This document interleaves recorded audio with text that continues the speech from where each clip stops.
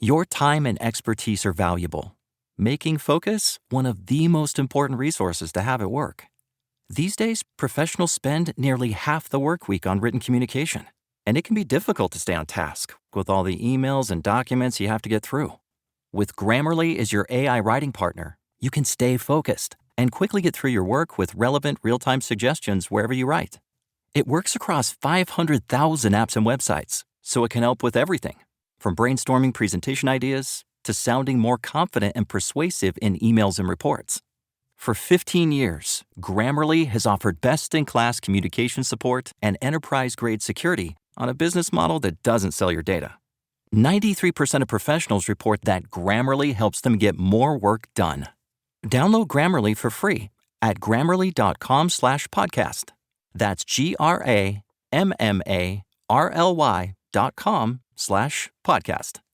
This country was built on a distinctly American work ethic, but today, work is in trouble. We've outsourced most of our manufacturing to other countries, and with that, we sent away good jobs and diminished our capability to make things. American Giant is a clothing company that's pushing back against this tide. They make a variety of high-quality clothing and activewear, like sweatshirts, jeans, dresses, jackets, and so much more. All made right here in the USA, from growing the cotton and adding the final touches. So when you buy American Giant, you create jobs for seamsters, cutters, and factory workers in towns and cities across the United States. And it's about more than an income. Jobs bring pride, purpose. They stitch people together.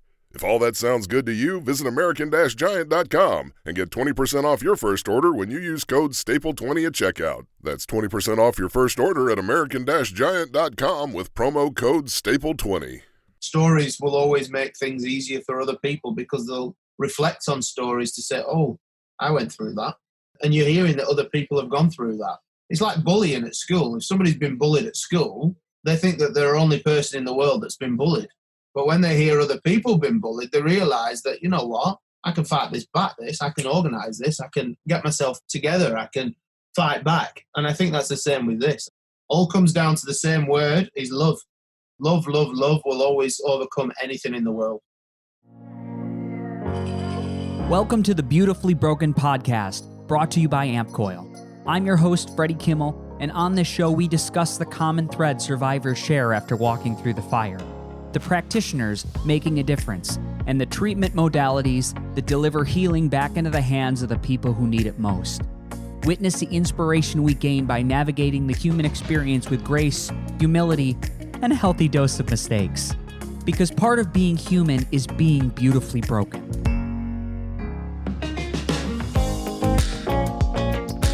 Ladies and gentlemen, Nelly Robinson began his career as a kitchen hand at the age of 14 years old, receiving training from the legendary Nigel Hawthorne. In the last decade, he's found his foothold as one of Australia's top chef personalities. He has been a competitor in the Taste of Abu Dhabi, world's best dish competition with 11 leading chefs from around the globe. He has designed a menu and had the honor of cooking, I think this is so cool, for the Queen Elizabeth II's 90th birthday celebration at British High Commission. This is something we're going to get into today, but Nelly's smash hit restaurant was voted best restaurant in Australia by Timeout and the people of Australia, also awarding him the #1 best restaurant in the country. His attention to detail, especially when it comes to guest interaction, has earned him a loyal following of international and local guests. Nelly Robinson, welcome to the podcast. How are you guys? You well? A bit further away than usual, but hello. Right. So we're reaching Nelly in Sydney, Australia, correct? Yes, we are. It's 10:18 a.m. this morning, so we're all right. I've had my cup of tea, so I'm fine. Beautiful. Yeah, it's actually, so you are the land of tomorrow in Sydney, Australia. Jumping right into it, brother, what got you into the kitchen at age 14? My father, really. He kicked me up the backside and said to me, you need to go and get a job. It's about time you go and earn your own money. So a friend of mine's father owned a Michelin star restaurant down the road from where I lived. And we did the pots. I did the kitchen hand on a Saturday morning and learnt the ropes, and then started seeing these guys, prepping, the spinaches and the potatoes and everything else that was going on in that kitchen. And by the age of, 14, I was helping them prep on a Saturday, and I was actually coming back during the week after school to learn what else I could do to help. And from there at 15, I got an apprenticeship and started working full time at the age of 15. So it grew quite quickly, to be honest with you. Incredible. And when were you hooked? When did you know this was going to be your calling? Oh, the day that Mark Birchall, who's a dear friend of mine and a great chef, put mashed potato in my mouth for the first time at that restaurant. And I went, and he looked at me, he said, "I'll teach you how to do that." And he did. And it hooked me. And then to see these guys run around, and do service and be organised and shout at each other and everything else that goes on in kitchens, I just thought I need to be a part of that, and the day I got offered my apprenticeship, I jumped in with 2 feet and said, I want to do this right now. Incredible. When I moved to New York City in 2001, go after music theater and be an actor in the city. And one of my part-time jobs was I worked in this place called Ellen's Stardust Diner in Times Square. Oh, I knew you were going to say you'd work there. I wanted to work there. No, you didn't. No. That's brilliant. It's crazy. So you can imagine, not only are we running around serving a restaurant that has a line around 51st and Broadway, but people are picking up the microphone and doing full-on Broadway power ballads and then right back into dropping off an order of fries and a milkshake.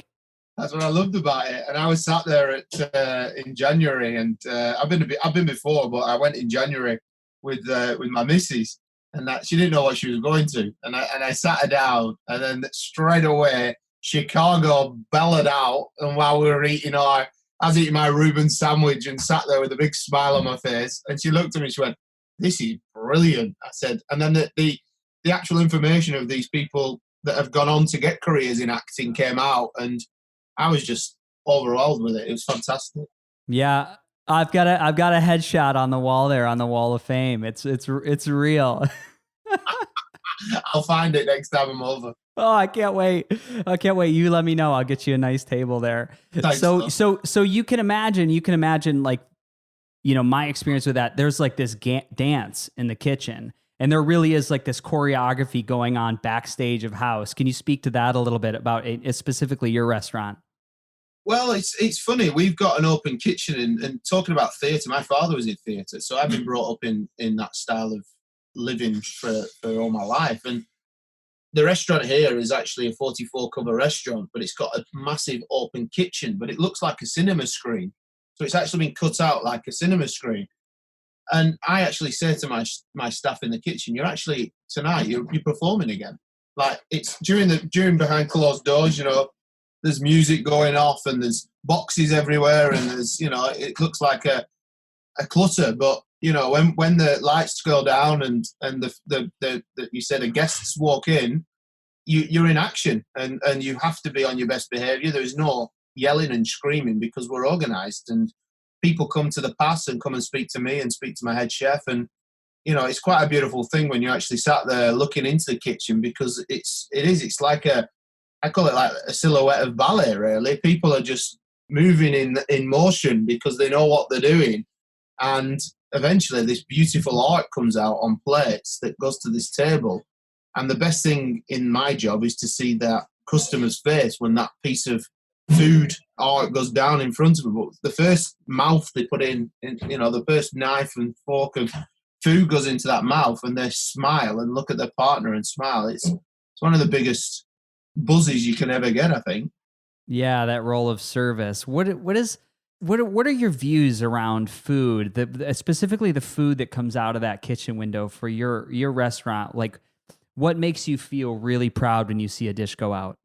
I think the theatrical side of it, we use we use nitrogen, we've got test tubes, we've got long, beautiful wheatgrass that you go into and you pick out an Easter egg, which is actually been made out of lamb and egg yolk, and people's faces, and there's a story behind each dish that we do here. So, if it's a memory of last week or a memory of a childhood memory of growing up, at the minute we're doing animated films at the minute, which is going absolutely crazy. So everybody can react to this menu by going, I remember that scene. Oh, I remember that character. Oh my God. And people just smile. And I think that's the biggest thing, is seeing customers happy. But for me, to make it proud is the preparation that goes into a menu. You know, this one's just taken 6 months to prep. So to get that out onto a plate and to send it to a customer and for them to give you feedback to say, wow, you're doing something right. You know, you're making people happy in life. That's the biggest thing. Yeah. So you can, you know, so to take people on this journey a little bit, this trip inside Nell, which is your restaurant, right on your website, it says that you guys supply a unique dining experience as opposed to just a meal. So can you tell people how that unfolds? Yeah, so I can give you a few examples. So you'd walk down, you come off one of the main streets in Sydney, which is just outside the city centre. And it used to be a bit of a drag down this street, but it's not anymore. It's built up. But when we got the restaurant, it was a bit of a drag. And you come off the main street, you go underground, which has never really been seen in Sydney before, restaurants underground. It's all about the views in Sydney. And you walk down this flight of stairs with copper on the wall, and then you walk underneath, and then it opens up into call it a square restaurant of lunch, yeah, to be honest with you, it's love. And there's seats of copper lighting, concrete floors that have been polished, and then this theatre to the left-hand side, which is the kitchen. And it's calm, it's collective. You sit down in your seat, and the only question you get asked is, what water would you like tonight, sparkling or still? And they look at them and say, oh, sparkling. And then they'll say, oh, we've got cocktail, and then sit back, relax, we'll look after you. And the team looks after them for the whole 2.5 hours that they're here, 3 hours that they're here. So with that experience, you know, we go out and make. So for instance, we've got at the minute a dish all created around Peter Pan. And I've actually had in London made for me from a gentleman that I know, Big Ben's clock face made with the actual kids imprinted on the clock. So we've made like a beautiful chicken and crocodile croquette, and it comes out with crocodile fat butter on the top, which people with hearing this going, crocodile is very chickeny. It's very beautiful. Like if you cook it right, it's lovely. It's like kangaroo. So that comes out on this clock face. And as that comes out, we've got bird cages filled with moss. And we've done like a truffle and mushroom gougere, which comes out. But it's that scene of Pinocchio when he lies to the fairy godmother and his nose comes out of the bird cage. So it's not just food, it's the experience of the whole way that we present the food. And then you're going into main course is Bambi's mum, which sounds, you know, drastic for some people. But, you know, it's beautiful cut piece of venison, but done really well with beetroot and leek. And it's the experience of that dish. So, yeah, it's quite special, really. It sounds incredible. It really does. It sounds like an experience. Almost I can imagine kind of going through like the It's a Small World ride at Disney. Correct. Exactly right. And it's them feelings that we want to bring back into people, you know. So the background music is all Disney jazz themed style. So it brings people. You'll be sat there, you'll be eating your Lady in the Tramp dish, which is a beautiful. So in that scene when they obviously kiss with the spaghetti, actually created a dish that's Italian feel because they're at an Italian restaurant. So pesto, mozzarella form, a beautiful pork neck meatball in the center, rolled in a tomato glaze, and then on the top, your mouth's watering, by the way. On the top is a long piece of spaghetti, which we've cooked and dehydrated and fried. So it still looks like a long piece, all curled and on top. But as we bring that to the customer, we explain why there's only one piece of spaghetti on there. You can either share it together or you eat your own. And it's that feeling of, we've all seen that scene. We all love that scene. And that memories and inner child and inner love comes out when you're eating food and drinking wine. And that's what we try and do with people. But it's not just with this menu. We've done it with other menus as well.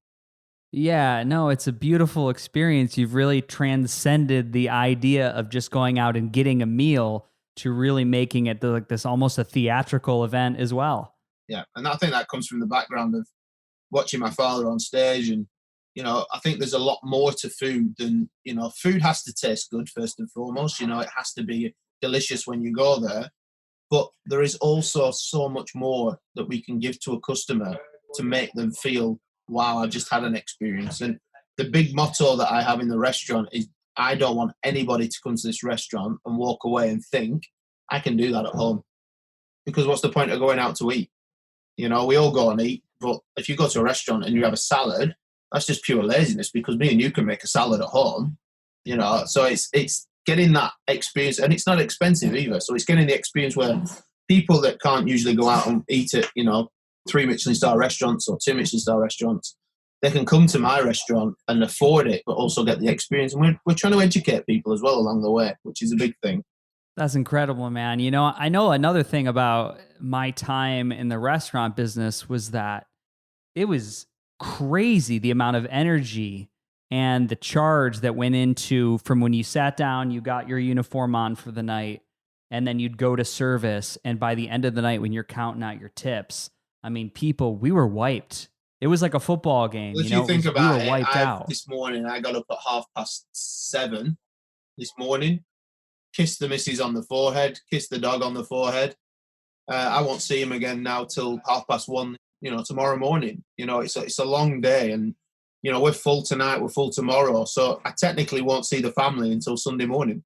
So there is a lot of two sides, basically. You know, you sacrifice, that's what I'm looking for. You know, there's a lot of sacrifice when you have to leave your family and leave your home, and you want to be at home, you want to see your missus. You know, I've just recently got engaged, so, you know, we're on that journey in our lives where we're going to, you know, marry and everything. But also my career and my restaurant is what I love as well. And, you know, it's only going to grow our family to be stronger, which it does. And she's involved in that and loves that and understands that. But you're right, the hours, you know, they do take the toll sometimes. And that's where you've got to watch, you know, your chefs on the mental health side, and you've got to watch the chefs in the side of, you know, are you okay at home? Or are you okay with your missus? And you become a bit of a father figure as well as a chef, which I don't mind, because I'm actually quite caring, as you can hear. So I'm very happy to do that. But some chefs can't deal with that, and they can't ask the chefs, are you okay? Are you all right today? You know, or see that the chef is upset today when they walk in. Instead of putting your arm around them and saying, what's up, guys? You know, you okay? Nobody does that. They just let them go. But a lot of that is the hours that they're working. You know, so you've just got to watch it. So we've brought it back a bit. We don't do lunches at Nell. So what we've done is we get the staff to come in around 11 o'clock, probably 4 days a week, 12 o'clock sometimes. So they're only working about a 65-hour week now, instead of a 100-hour week as we used to do. Yeah. So my head chef, he goes to the crazy. gym probably every day, but now he's got time to actually enjoy the gym, not just go for the sake of it. He gets to go, relax, go and enjoy himself. And you see the benefits in the staff. You know, they're happy, and I don't know if you can hear them in the background, but they are happy. Like, I can hear them. Yeah, no. Yeah, we got the elements of we're actually in. I can see right where you're at. You're actually in the office right off the kitchen, and we're getting a little of the background symphony or orchestra of everybody putting together the day's activities. And for me to sit in here and listen to that and actually hear them happy in there and laugh together is a big thing. You're a family. You're a second family, and, you know, at the end of the day, I see my head chef sometimes more than I see my missus, unfortunately. And, you know, you've got to get on, or else there's being in the industry. Yeah.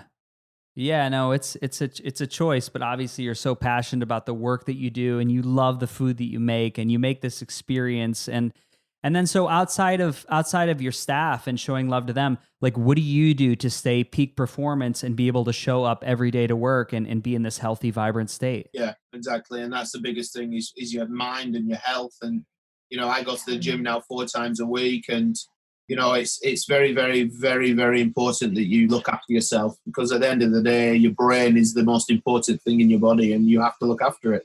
It's beautiful, man. Do you have any kind of a specific training regiment that you're going after right now? Me, I've got my personal trainer. So one of my very good friends is a personal trainer, and over the last 2 years of running a restaurant, 4 years of running a restaurant, you know, you don't train. You stop training. I used to train every day, and I was played football at a very high level when I was a youngster, and, you know, I was fit. And then opening the restaurant and stresses of the restaurant and the pressure of not just yourself looking after 15 other minds and souls and everything, you know, you just eat rubbish. And, you know, I put on a good 10 kilo, and I got to the point probably about 5 weeks ago, and I said to myself, enough's enough now. let's go again. Let's go back to training. Let's take time and go and enjoy yourself. And I rung my best mate, one of my close mates up, Raddy, and said, mate, will you train me? And he's like, 2 days a week, and these are your other 2 days that you have to do. When you leave that gym and you've been with him, you just feel $100 million. You know, it's fantastic. But then you're willing to go when you're in work. So you're up for it when you're in work. You're eating healthily. And I say 80% of dieting is food. You know, it's, yes, train for 20%, but you're not eating the right food during the right courses of the day, which is the most common sense, which I never understood. I thought if I go training, I can slip in a Mackey's now and again, you know, that's not a problem, you know, I'm fine, I'll work it off next week. It doesn't work like that. So the nutrition side of it is that I've obviously learned, and now eating properly and training properly, I'm dropping again back to what I should be. So, but it makes you a happier person. Endorphin release, your body feels good. You can get up in the morning and you feel like a tank. Yeah, that's the way you want to roll. You know, it's funny, as you were talking through your menu, you could see like my eye, and people won't see this, but my eyes were glazed over listening to you talk through the plates and the spaghetti and the venison and the butter and and the truffles, and it sounded so good. And, you know, this podcast, so a big part of our audience is people that have been through a chronic illness. So whether it's, you know, Lyme disease or toxic mold or cancer, I happen to go through all three. And part of this journey of putting myself back together, you know, one thing that's not completely back for me is digestion. So I have to be super careful about what I eat. It's like, you know, wheat and dairy, and it's got to be organic. And I've got a sensitive stomach after going through, especially the big thing for me was Lyme disease. And I know you've done a bunch of charities. You've done some charity dinners to raise money for Lyme awareness in Australia. And I'd love if you could just give us a little snippet into what that looks like. Yeah, so my best mate, who was a chef as well, who we've been best mates for 7-8 years, we actually moved to Australia together. He got bit and nobody knew what was going on with him. He was sometimes running 32K a day. You know, he was a fit young man. And then one day his legs give way, and he actually diagnosed himself in the end and went, because Australia don't believe in it. So it was like, all right, so what's going on? So then we learned a bit more of it. And in 2016, he was in the UK, and after moving home, and I actually surprised him and flew him out. And we'd set up a charity dinner with Limes Australia and got 5 of the top chefs of Australia. And to put a bit of cheekiness on it, I actually made them cook every dish with lime in it. So it made it fun. We got a great host and really amazing prizes that were donated to us. And then, we raised over $30,000. So with that, we then did another one in the UK 2 weeks later and raised over $40,000. So we did $70,000 in 2 dinners.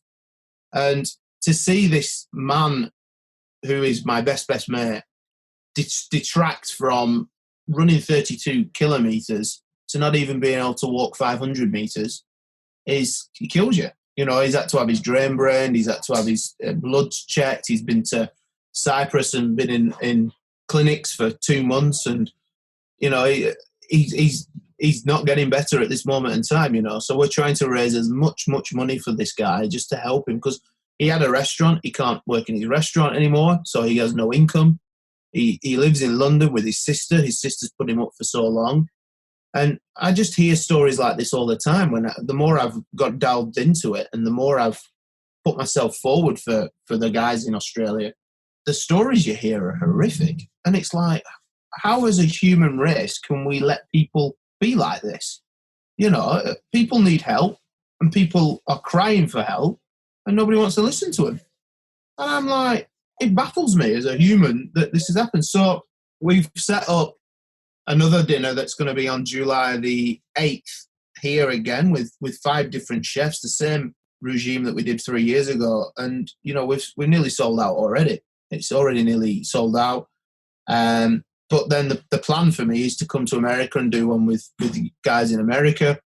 We want to do one in Singapore, and we want to start doing it, but it's not for beneficial. People need to be aware of this, and the Lyme's associations of the different countries, they need help to also get to a point of where they can actually treat people 100% and get it done properly. They need research into it more. Yeah, that's the issue.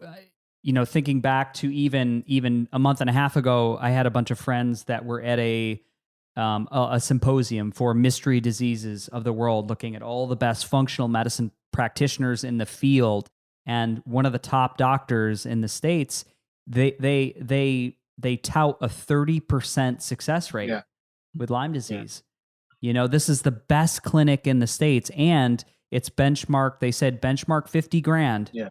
$50,000 to be able to go here and receive treatment, and you're going to have a 30% chance at getting better with chronic Lyme. And that's the thing, is the States are recognizing it and doing these clinics. And, in a lot of things in the world, the States get ahead before most of the world. But I'm living in a country over here that's probably on the same wavelength as the UK and America and the way that the world lives, but they just don't recognize it. They don't have clinics. You go to a doctor and tell them that you've got these symptoms. They tell them that you're dreaming it up, and that's what Kurt got when he was here. So that's why he had to leave Australia to find out what the hell was wrong with him, and then when we found out what was wrong with him, it was 5 years into it. So it got to his brain, and it had got to his bones and his joints and everything. So, but how does a kid he's 30 now, at the time, 25, 26, how do you raise money like $50,000 to go and get treated? It baffles me. So that's where we come in, touch wood, at the minute I'm healthy enough to do this for him and get this going for him, to keep the momentum, to try and raise as much money to try and help him with different researches and maybe get him over. He's just been in Portugal doing some stuff, and he said it's the best he's ever felt because he was by the sea and he'd been treated by the sea and fresh air and none of this toxins in the cities and things like that. So I've said to him, move, man, move over there, go and have a year over there and get your brain right and start building yourself back up, and we'll see what he does. But look, we're here to support him. He'll always be special in my life, so I will always help him as long as he needs, Yeah, well, luckily, another element is that, I already know because I've seen this happen for so many people across the board. He will get better. It's just finding the right set of modalities that's going to work for his body. The problem is when people go after Lyme disease, and I'm going to get up on my soapbox here for a second, is that they go after the disease like it's some sort of invader. And what's happened in the body is think about your body like a fish tank, and your body has oxygen bubbling in, and you got clean sunlight, and you've got the little scuba diver down there by the treasure chest and the fish light. Everything's good. But if you turn off the oxygen and you take away the sunlight, all of a sudden mold and fungus starts to go in that fish tank. Yeah. You've made a new environment. You've changed that bioterrain or the ecosystem, and you've made it perfect, a perfect new home for Lyme disease, virus, bacteria, MS, whatever you want to call it. It really doesn't matter what the infection is. But allopathic medicine, they try to blast out the infection in the body, the repercussions on our delicate balance of microbes and bacteria and human cells. Bacteria outnumber the human cells 10-1.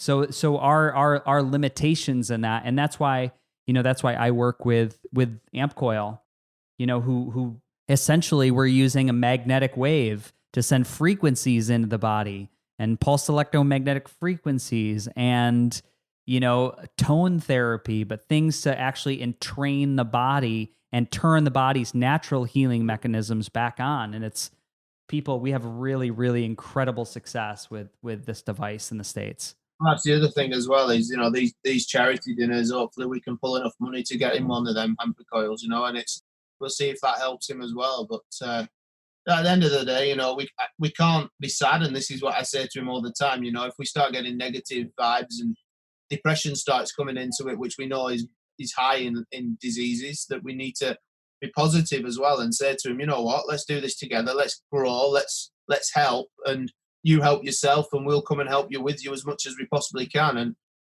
you've got friends and family around you that are always going to help you. You've just got to concentrate on beating this and don't get yourself down, because as soon as you get down, they'll attack even more, as they say, So we've got to keep that positive vibe with him. He's just got a new missus, so he's got a new girlfriend. So them positive vibes are going to be helping him. And, you know, he knows he's got his friends all over the world. And, mate, he's a talented young man, and he can move on from cooking and go into and delve into something else that's including cooking and including nutrition and everything, where he's not working 15, 16-hour days, you know, because his body doesn't allow him to do it now. Yeah, right now, but it will be his, you know, it will be his beautifully broken experience where he's transformed into something stronger down the road. And when he overcomes it, you know, nothing makes, you know, pressure makes a beautiful diamond out of that lump of coal. And that's what's going to happen to your friend. 100%. And I think that'll happen to a lot of our, you know, the listeners, you know, just keep going and enjoying life. And, you know, life is a beautiful thing, and we all take it for granted some days, but you have to enjoy it while you're here. You know, you've got loved ones around you, love them and let them love you, you know, and that's the biggest thing in life. You know, that buzz is where we're going back to the food. The buzz of seeing someone smile is the greatest gift you can ever do. I just love it. Yeah, no, it's stunning. I want to just ask if people wanted to help, if they wanted to help your event, if they wanted to help out your friends, is there a way they can get involved with donating towards these dinners, even though they can't physically be there in Australia? 100%. We're going to set up a donation page soon, but if they want to email the restaurant, they're more than welcome to, because I can contact them back. So it's info at nellrestaurant.com.au. And then they can also fire through any details. And if they want to donate, that'd be fantastic. And what we'll do with that money is that will all go to Lyme's Australia and my mate to try and get better, you know, and we're trying to donate. We're trying to help this country grow into the 21st century as well with this unfortunate disease, you know. So there's much research with money that we can get over to them is obviously the better. So, yeah, just email the restaurant. I'm going to set up a donation page very, very soon. So I will email everybody back personally, and we'll do that. Yeah. You know, the other thing that comes to mind is the idea of doing this other places and realizing, you know, the responsibility of somebody who's strong and can work all week. It's like we can always reach out a hand and help someone, and it means so much to those people when they're down. So I'm excited to have you guys come do this event in the States. Oh, 100%. And we've got some good people behind us in the States already that want to get involved. So, you know, we know, you know, there's some high profile people in the States at the minute that have caught this disease. We all know that because we've seen it. You know, if we can try and get these people involved just to help the world realize as well that, you know, there's something. So with my food and their face on the ticket, you know, away you go. You know, you're creating something that people want to know. But then we need the real people as well that are going to be there, that are going to be loved and looked after, and we want to hear stories. You know, stories will always make things easier for other people because they'll reflect on stories to say, oh, I went through that. Oh, I've done that. Oh my God. And you're hearing that other people have gone through that, you know, and it's like bullying at school. If somebody's been bullied at school, they think that they're the only person in the world that's been bullied. But when they hear other people being bullied, they realize that, you know what, I can fight this back, I can organize this, I can get myself together, I can fight back. And I think that's the same with this. I think the same mentality needs to be approached with that, you know. And all comes down to the same word is love. Love, love, love will always overcome anything in the world. I love it. I love it. Nelly, I want to ask you, you know, as we come to a close here, I know you've got a long day of work ahead, but I wanted to ask, you know, what is it? This is the Beautifully Broken podcast. And for me, it was, you know, putting some of the hardest experiences in my life, taking the broken pieces and putting them back together, you know, and that was looking at those experiences as just these beautiful opportunities to grow. Can I ask you just, what does it mean to you to be beautifully broken? Well, to be honest with you, when I first heard this, I think, to be honest with you, I think every human being is beautifully broken in different ways. You know, and like you're going down the road of cancer and lymes and mental health and even splitting up with your girlfriend or your boyfriend, you know, that breaks you. So my advice to everybody is that there's another page on the book. Read it, and the story will always continue in your life. You know, you'll always grow as a person, regardless of what challenges we have in life, and always remember that you do have them family and friends around you and other people that you can contact, myself or yourself or other people that will listen to you. It doesn't matter if I'm working 15, 16-hour days. To sit down for 5 minutes and have a coffee, or to sit down for 2 minutes and write an email, it doesn't take a lot out of your life to make somebody happy, and that's what it's about. And as said all the way through this, the biggest thing is love, and the biggest thing that we need to do is just smile and enjoy each other's company and fight this together. And that's the thing for me. And look, we've all had challenges in life, but let's all push the positivity together and grow it and enjoy life. Beautiful answer, man. So my last one is, and I'm going to spring this as a new one. If you can give everybody out there that maybe they're a little timid, because people get intimidated in the kitchen. They get scared and they see a beautiful dish. And I know people say this all the time to me. They're like, I could never make that. I could never do that. What's your advice with people that are trying to bridge that gap and just jump in, and they want to take it to the next level, the next step in their own food preparation? It's the old story of a toy soldier, isn't it? If you get knocked down, get back up again. Keep trying, because one day you will make that recipe completely 100% correct.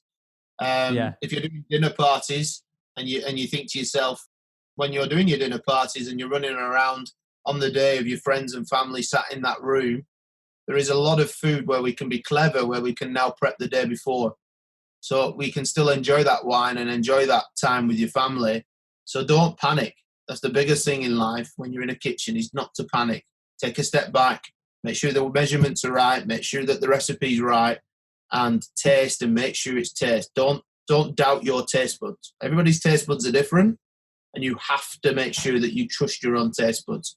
You might not like as much salt as what I like, so I've got to be careful of how much salt I put on the food to make sure that you like it. But you can always add salt, but you can never take it out. So always remember that. And that's the biggest thing for me. You can always add salt. You can never take it out. Brother, it's been a pleasure having you on the show. I really thank you for taking the morning and stopping in with our audience. Thank you so much. Pleasure. Namaste. Big love. This episode of the Beautifully Broken podcast was brought to you by our lovely sponsor, Ampcoil. Guys, a heartfelt thank you for tuning in. If you enjoyed today's show, if you found yourself moved and inspired, I would ask that your next stop today is to drop a review on iTunes. Nothing helps a movement like sharing, downloading, and spreading this message. You can follow me on Freddie Set Go on all social platforms, and throwing a screenshot and a favorite quote of your episode in your Insta story or on Facebook. That is the extra credit, next level engagement I am manifesting. So like these little ripples in a pond, your action helps connect this inspired information with the people who need it most. Till next time, I'm your host, Freddie Kimmel. This is the Beautifully Broken podcast. Namaste.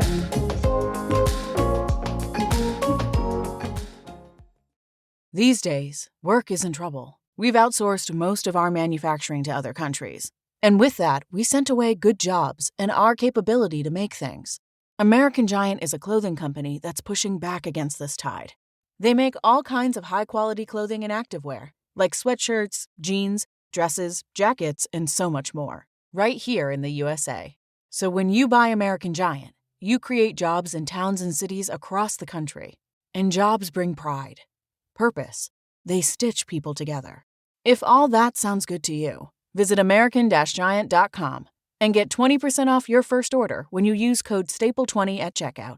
That's 20% off your first order at American-Giant.com with promo code STAPLE20. Unplug your cleaning routine with the Ryobi 18-volt ONE+ cordless cleaning lineup. From the soap-dispensing telescoping power scrubber to the advanced stick vacuum, Ryobi has a solution for every cleaning task. One battery powers over 300 products, giving you the power to do more, exclusively at the Home Depot.